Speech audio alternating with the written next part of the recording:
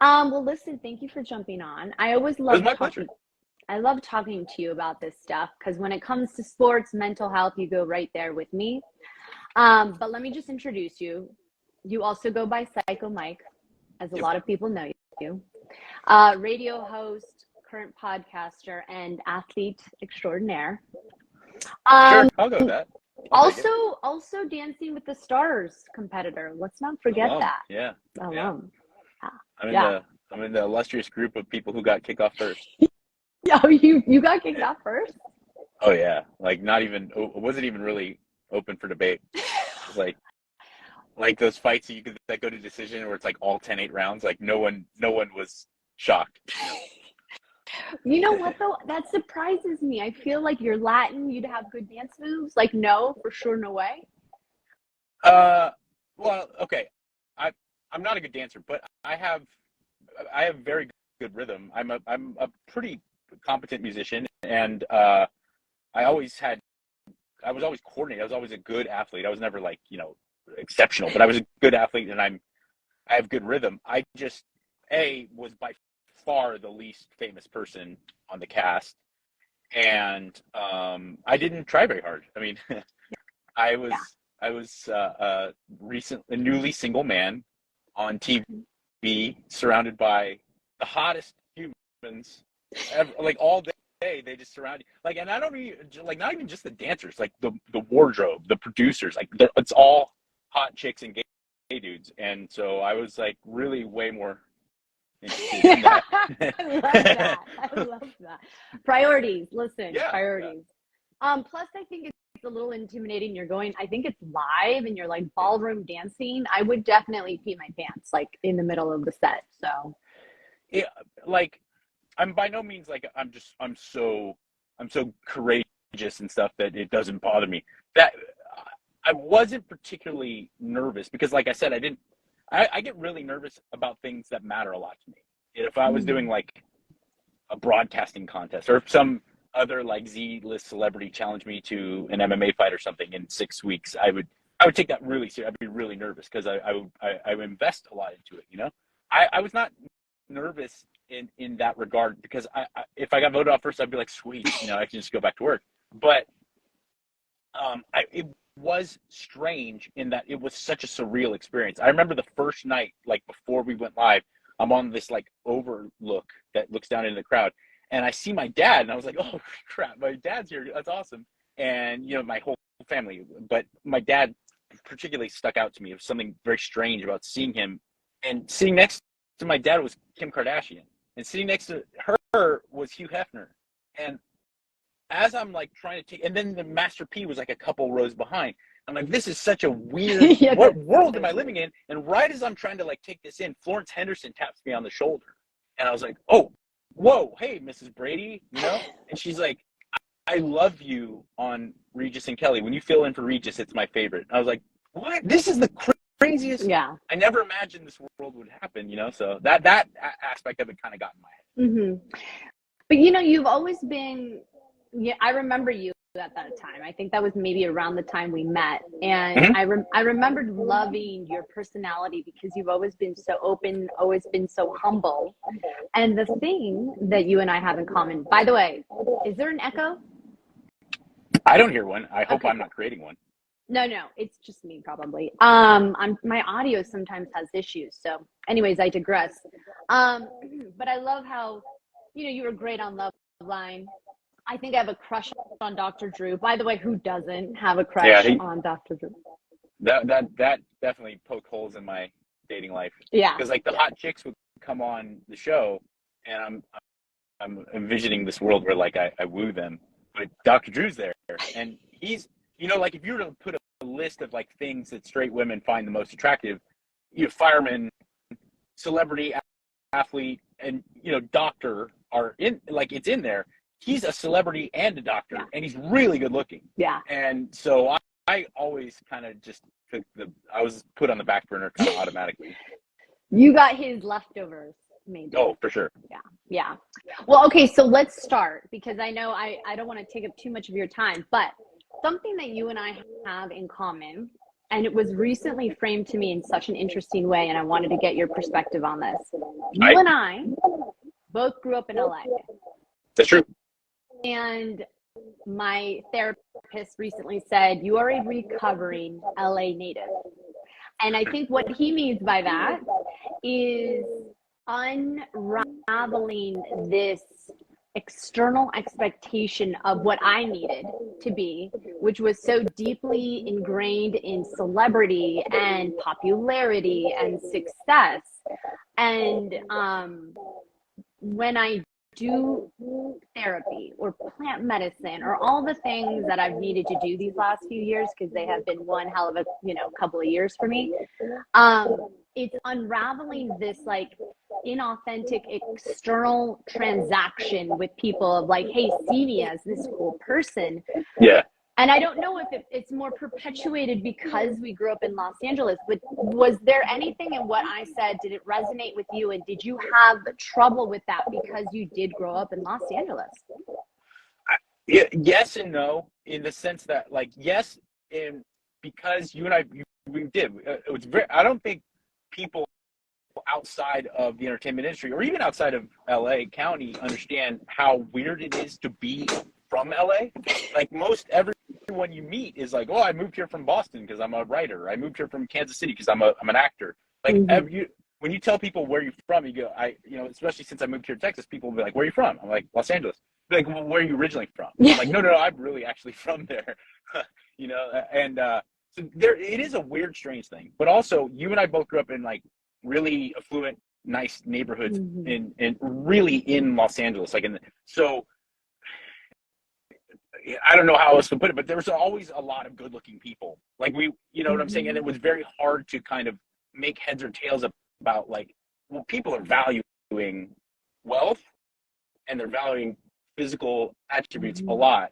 And we were kind of like predecessors to the social media world where now that's everyone's existence is like the external has put such a value on it. So that definitely played tricks on my head. But what it did for me was it made me very cynical and bitter towards it, as opposed to trying to like work harder to climb that ladder. I just said, F that whole ladder, and I kind of made this decision. It was an immature one, but a decision at like 16. I was like, I don't want anything to do with anything. I want to be a musician, and not only a musician, I want to be a rock star in like the most esoteric, unlikable, palatable forms of music. Like I always like infantilized these things that were underground and not cool. Like things that were not cool became really exceptionally cool to me. And because of that, like I was a terrible student. I kind of half-assed a lot of my extracurricular activities because I was like, I'm gonna really commit to being an everyman. I don't want anything to do with this whole thing. And which I guess at its core sounds good on paper, but I went so far with it that like I didn't try to develop myself as a human. I thought like I really bit into like that mid-90s ethic of like what's cool is not cool and I'm a slacker and that's awesome and screw everything and nihilism and all that. I bought into it way too hard. I definitely think because there was such a value put on the traditional ideas of success and stuff. Yeah, I mean, that's an interesting take, because I was quite the opposite. I was like, what can I do? I think my skill set when I was young was just being a really good chameleon and sort of, being the jock and trying to fit in and having the nice car and like really trying to not stand out, So it's interesting you had the complete opposite experience. And what's interesting is the question I'm going to ask you next. How do you have a young daughter? How old is she again? 9. How do you parent her knowing what you went through in keeping her authentic and not, because I think at the end of the day, like we're just trying to find ourselves and there's certainly not a right or a wrong way, but like, what are you doing to encourage her? You obviously moved her out of Los Angeles, which was, I'm sure, a purposeful choice.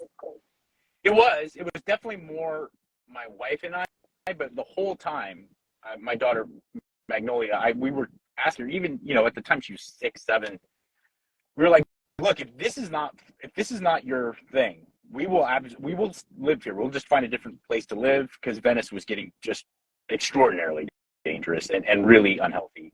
But so we made that. I think that, look, that's what I do, is that my mom grew up in abject poverty, like real, like we don't know how we're going to eat poverty. Mexican woman in East LA, like real legit Chicano upbringing.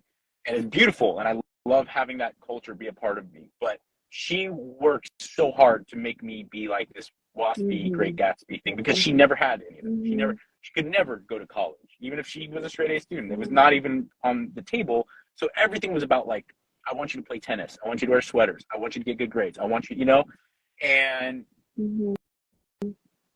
I think her motives were pure, but no one ever really asked me, like, well, how do you feel about this? How do you feel?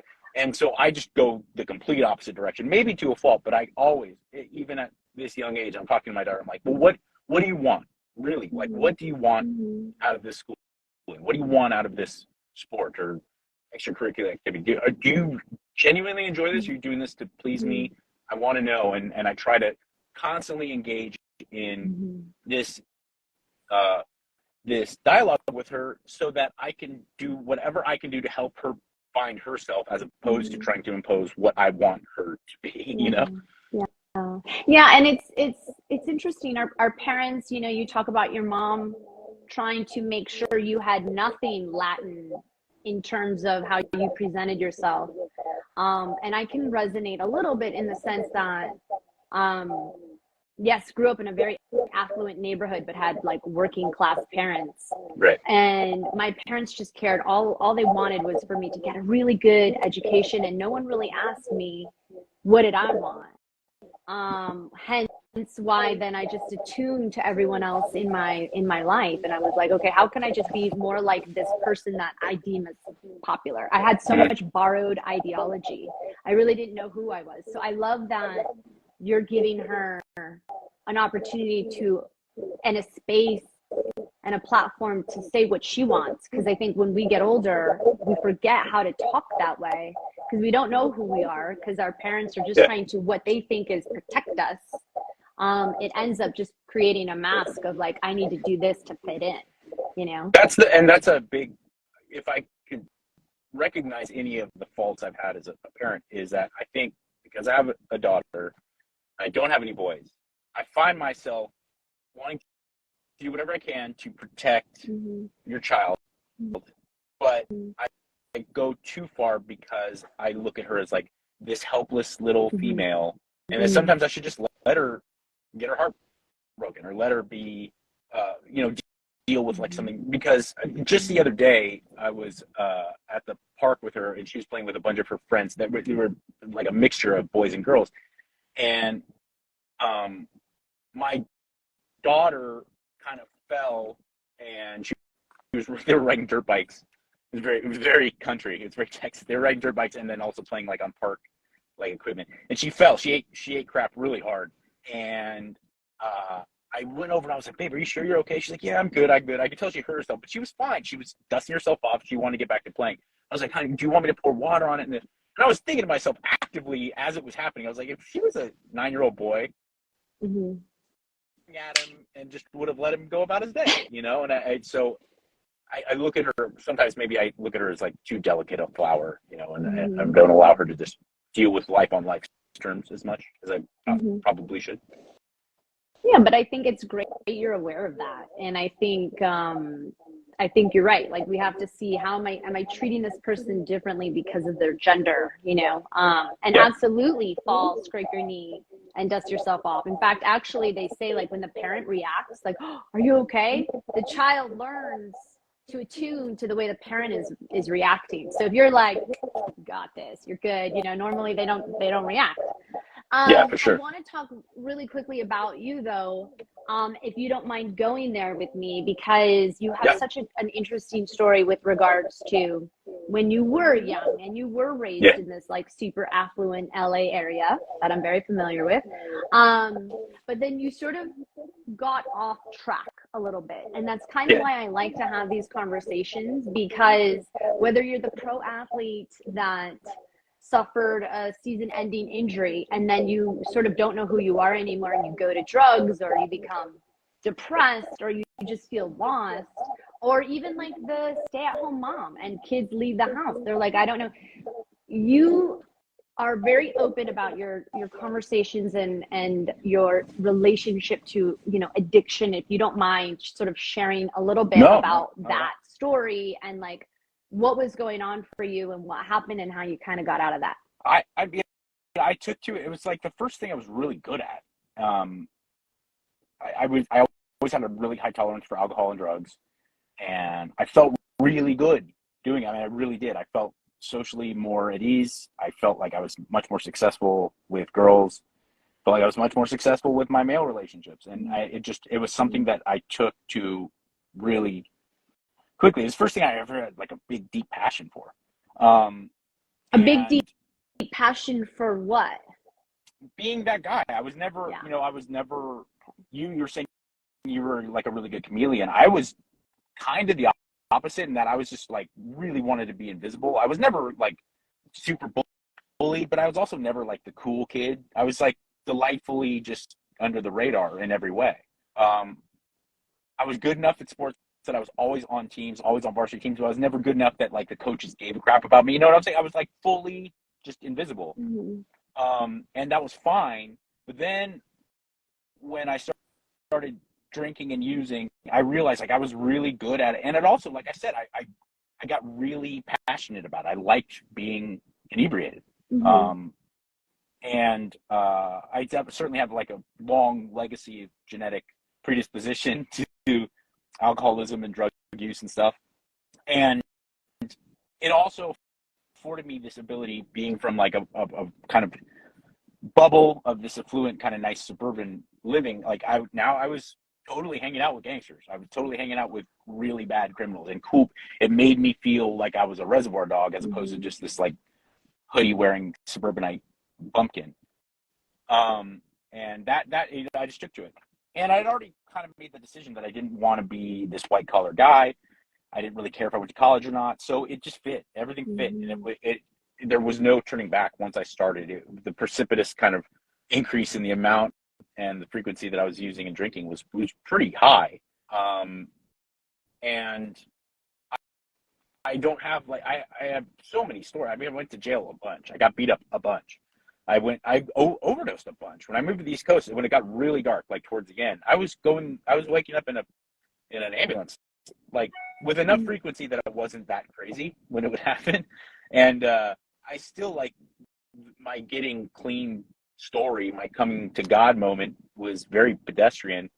I came back to LA for the winter for like winter break. I was in a hotel in Inglewood, motel, really, smoking rocks, like, and I just remember watching daytime TV by myself, looking in the mirror, like, what have I become? And for no reason whatsoever, considering all the other consequences that I'd been faced with, for no reason, it was just a normal day.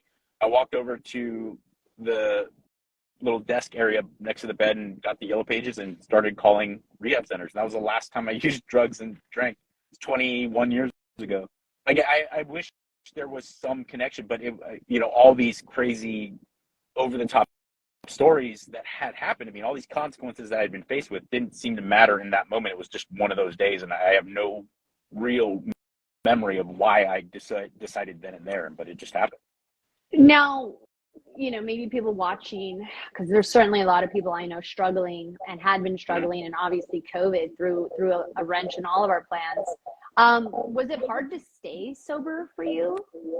At first, yeah. At first it was difficult because I didn't really have any. It's like a lot of these guys I see, in their 60s and 70s who, if they don't love cars or golf or something, and then they retire, and it feels like they have nothing. You have nothing. Your kids are already my age, and like your life is kind of empty. I was 21 years old. Like, well, what do I do now?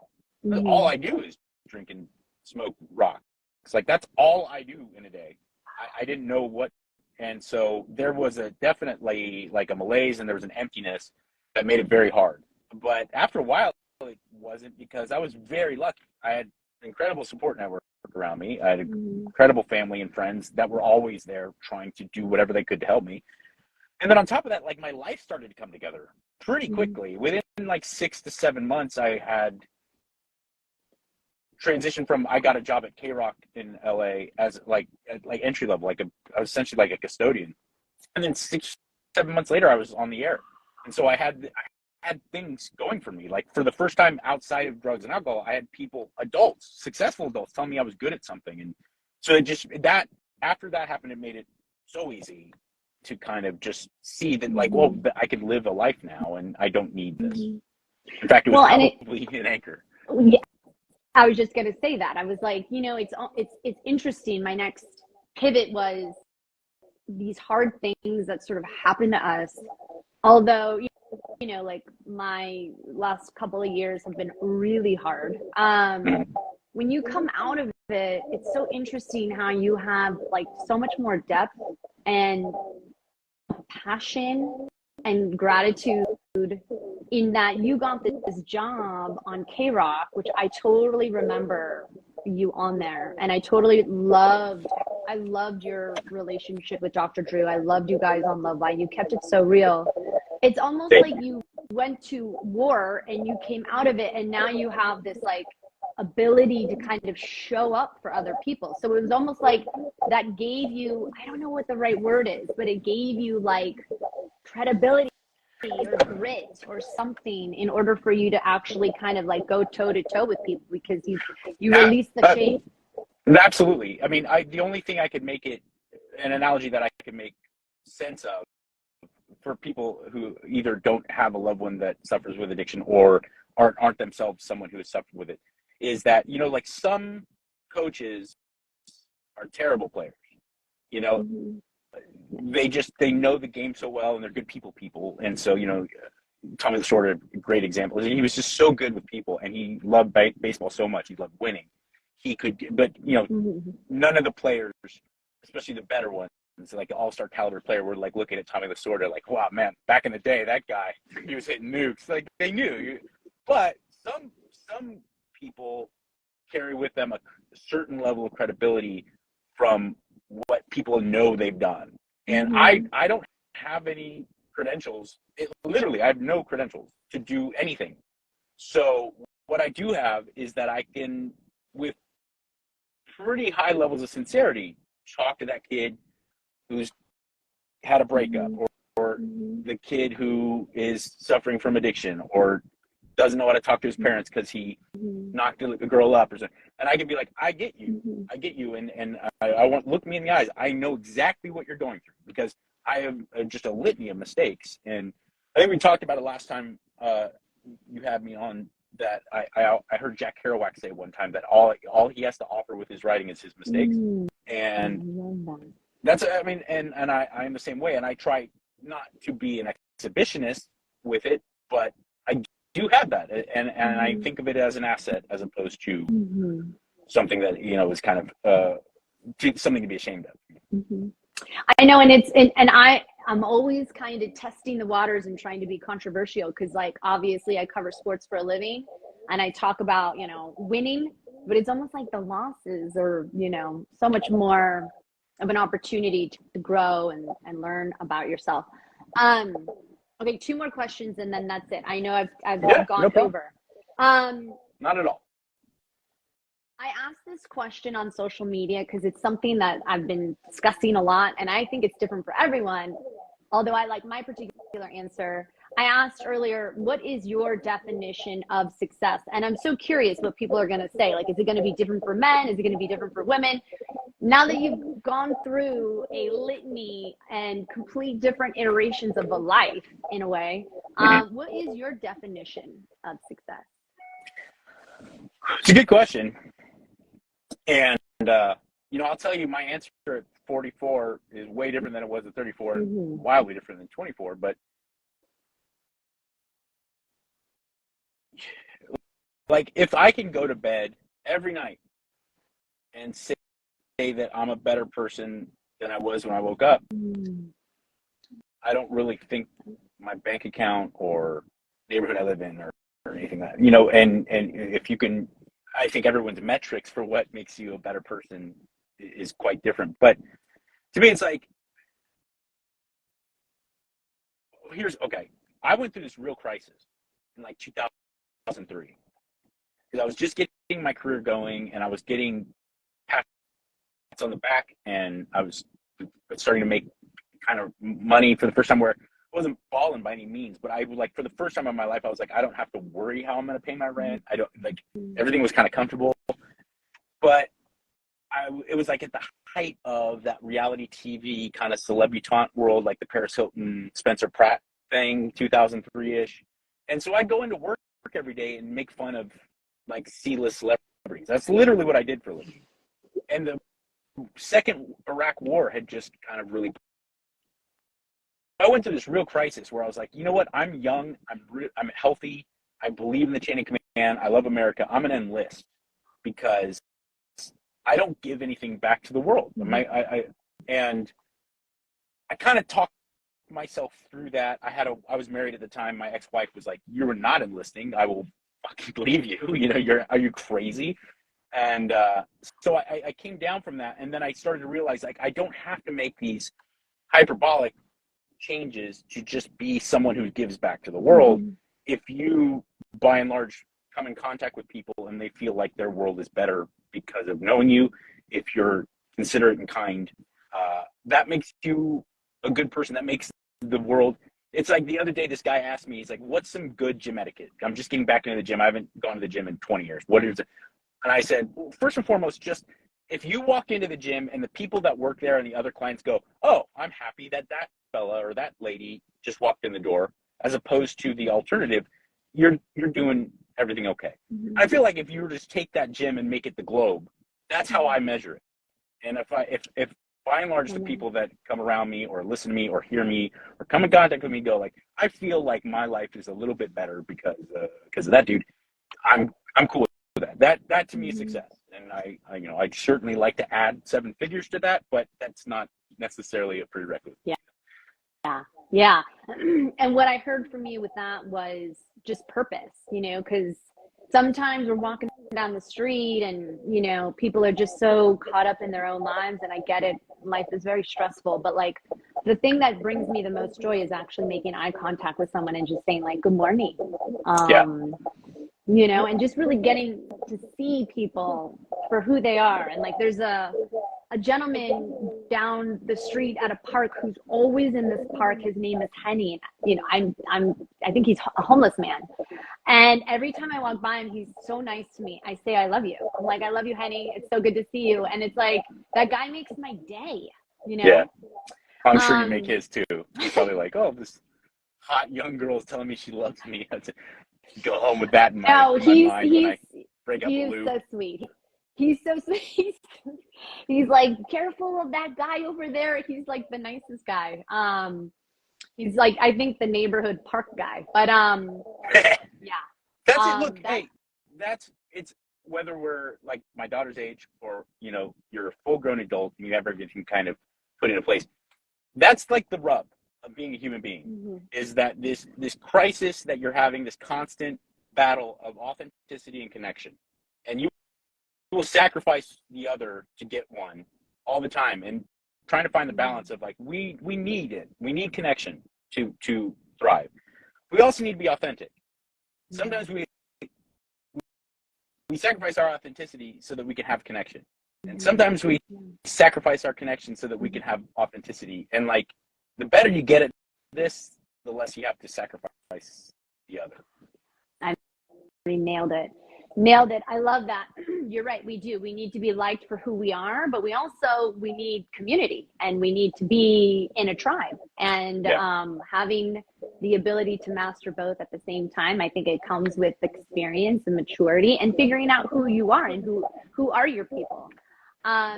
Okay. So last question. I'm so sorry. No, don't apologize.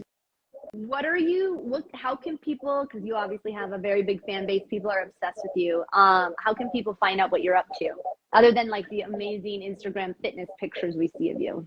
I think that's the best way, because at least like if you just at my Catherwood, the podcast, all the different handles for the different podcasts are there. All the different information, Patreon, everything kind of dovetails away from that. You know, like that's the main river where all the tributaries go to. So just check out my Instagram. I think that's the best kind of shotgun approach. Amazing. Good luck at the gym today and stay Thank you. cool. Thank you for jumping on. As always, you know I love talking to you. You're one of my favorites. Mr. Mike Catherwood. I'll see you soon. Thank you, Erin. Okay. Bye, guys.